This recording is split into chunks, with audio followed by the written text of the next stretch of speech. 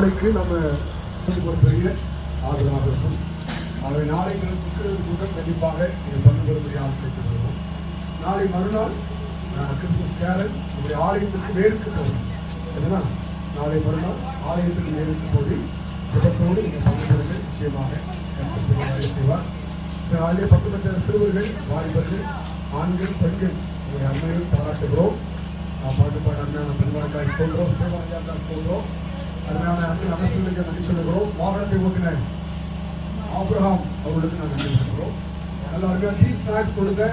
அருமையான குடும்பத்தின் பிள்ளைகளுக்கு நாங்கள் நன்றி கொடுக்கிறோம். கர்த்தருடைய ஆசீர்வதிப்பாராக. மூலமா